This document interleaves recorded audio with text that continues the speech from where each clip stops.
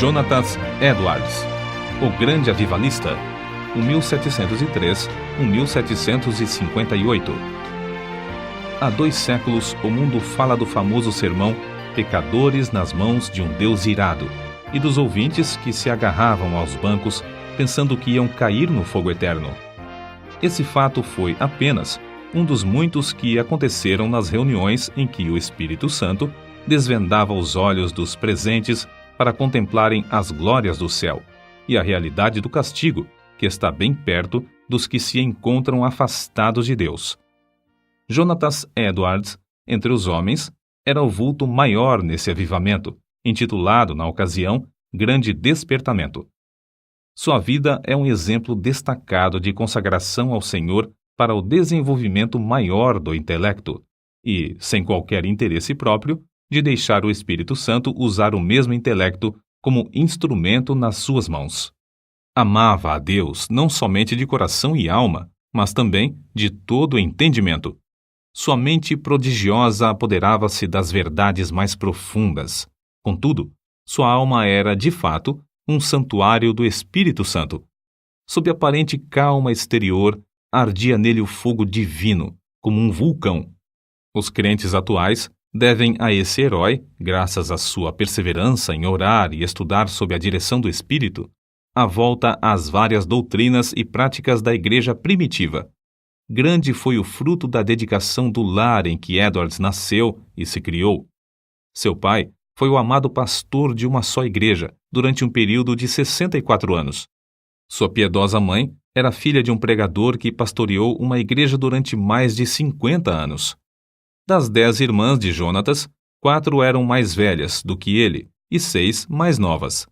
Muitas foram as orações que os pais ofereceram a Deus para que o único e amado filho fosse cheio do Espírito Santo e que se tornasse grande perante o Senhor.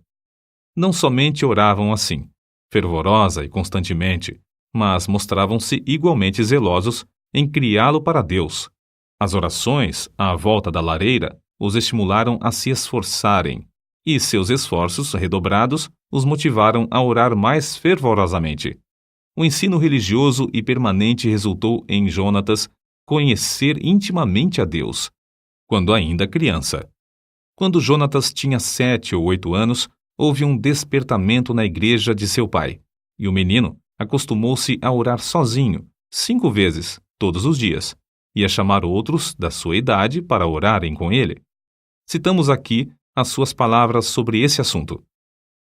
A primeira experiência de que me lembro de sentir no íntimo a delícia de Deus e das coisas divinas foi ao ler as palavras de 1 Timóteo, capítulo 1, versículo 7.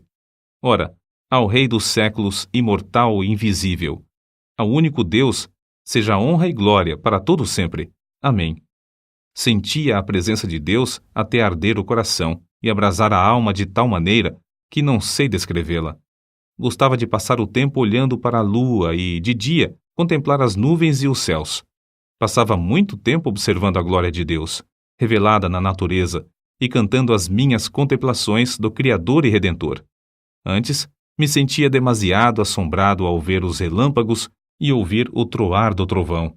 Porém, mais tarde, eu me regozijava ao ouvir a majestosa e terrível voz de Deus na trovoada. Antes de completar 13 anos, iniciou seu curso em Yale College, onde, no 2º ano, leu atentamente Ensaio sobre o Entendimento Humano, a famosa obra de Locke.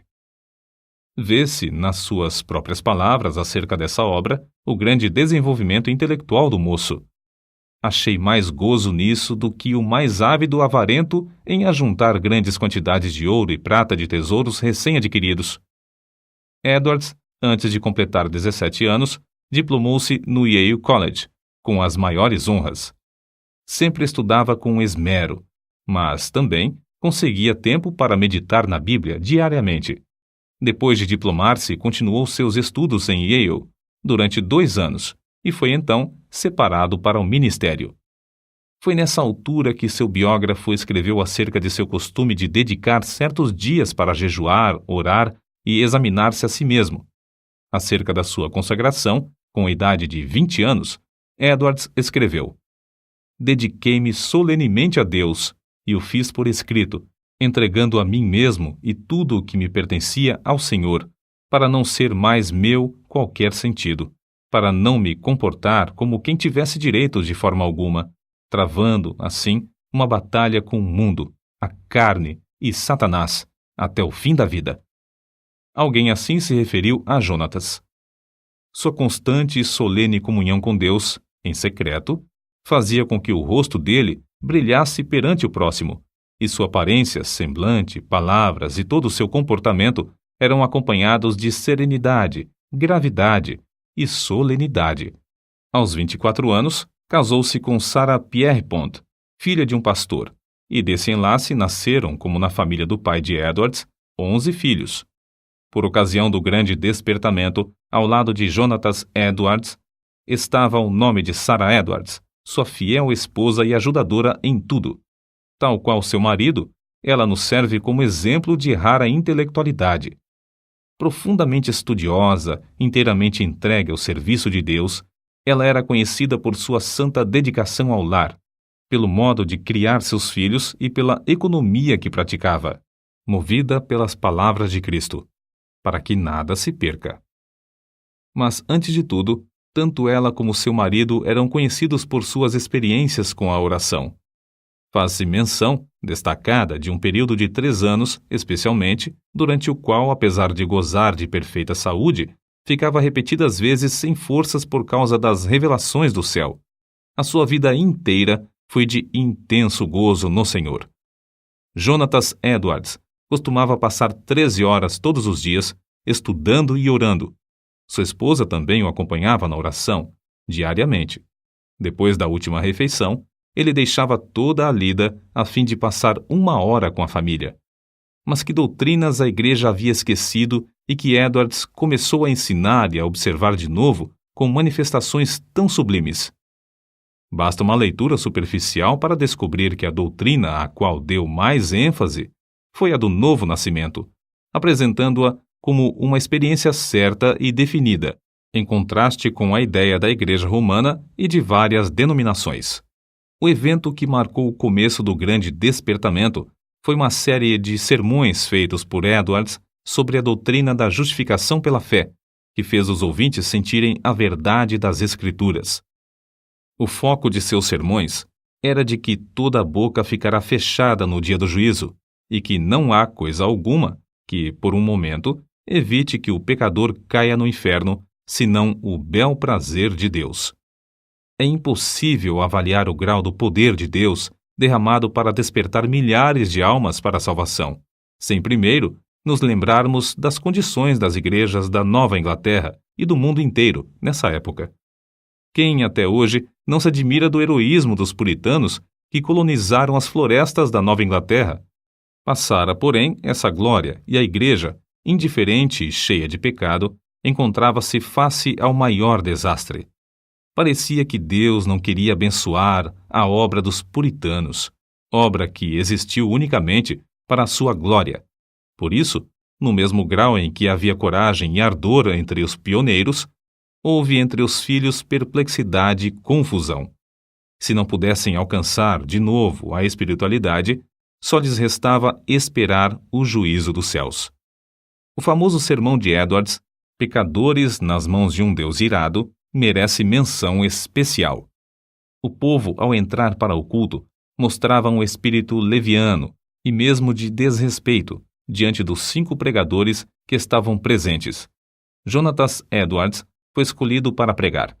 Era homem de 2 metros de altura, seu rosto tinha aspecto quase feminino e o corpo magro de jejuar e orar. Sem quaisquer gestos, encostado num braço sobre a tribuna, segurando o manuscrito na outra mão, falava com voz monótona. Discursou sobre o texto de Deuteronômio, capítulo 32, versículo 35, ao tempo em que resvalar o seu pé.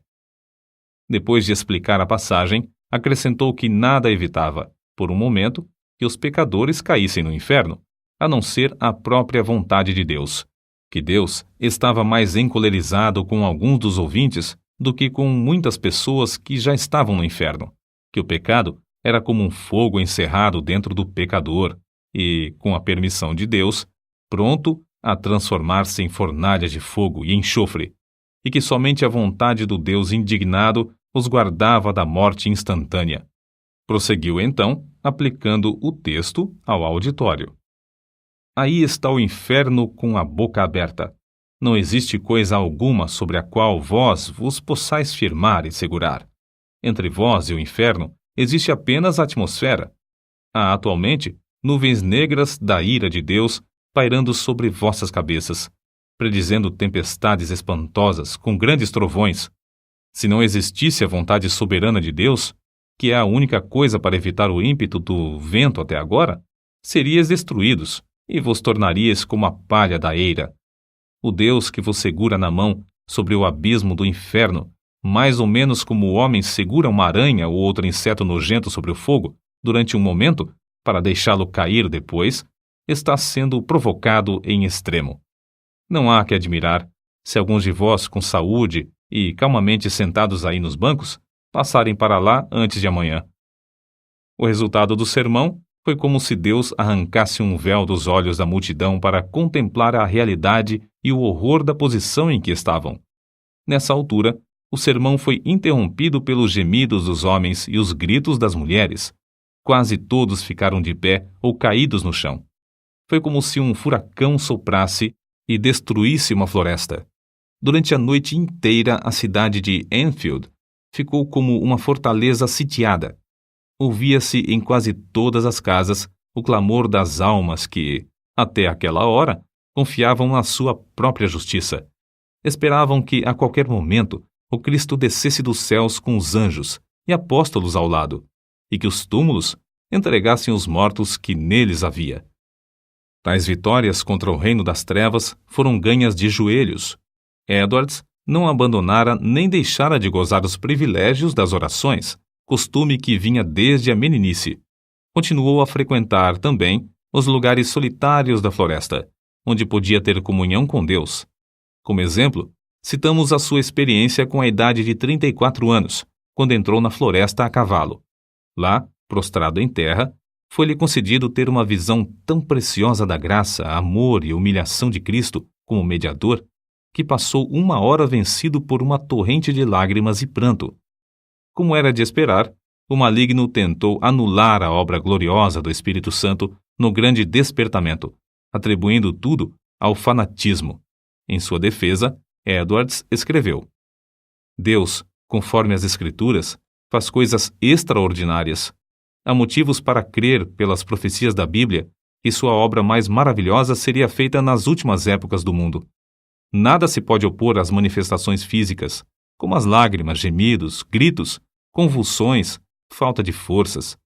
De fato, é natural esperar, ao nos lembrarmos da relação entre o corpo e o espírito, que tais coisas aconteçam. Assim falam as Escrituras. Do carcereiro que caiu perante Paulo e Silas, angustiado e tremendo. Do salmista, que exclamou sob a convicção do pecado: envelheceram os meus ossos pelo meu bramido durante o dia todo. Salmos, capítulo 32, versículo 3. Dos discípulos que, na tempestade do lago, clamaram de medo. Da noiva do Cântico dos Cânticos, que ficou vencida pelo amor de Cristo até desfalecer. Certo é que na Nova Inglaterra começou, em 1740, um dos maiores avivamentos dos tempos modernos.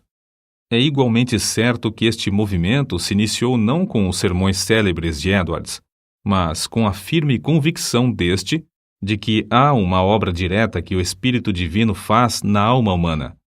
Note-se bem, não foram seus sermões monótonos, nem a eloquência extraordinária de alguns como George Whitefield, mas, sim, a obra do Espírito Santo no coração dos mortos espiritualmente, que, começando em Northampton, espalhou-se por toda a Nova Inglaterra e pelas colônias da América do Norte, chegando até a Escócia e a Inglaterra. No meio de uma época da maior decadência, a Igreja de Cristo, entre a população escassa da Nova Inglaterra, despertou e foram arrebatadas de 30 a 50 mil almas do inferno, durante um período de 2 a 3 anos. No meio das suas lutas, sem ninguém esperar, a vida de Jonathan Edwards foi tirada da terra. Apareceu a varíola em Princeton, e um hábil médico foi chamado da Filadélfia para inocular os estudantes. O nosso pregador e 2 de suas filhas foram também vacinados. Na febre que resultou, as forças de nosso herói diminuíram gradualmente até que, um mês depois, faleceu. Assim diz um de seus biógrafos. Em todo o mundo onde se falava o inglês, era considerado o maior erudito desde os dias do apóstolo Paulo ou de Agostinho.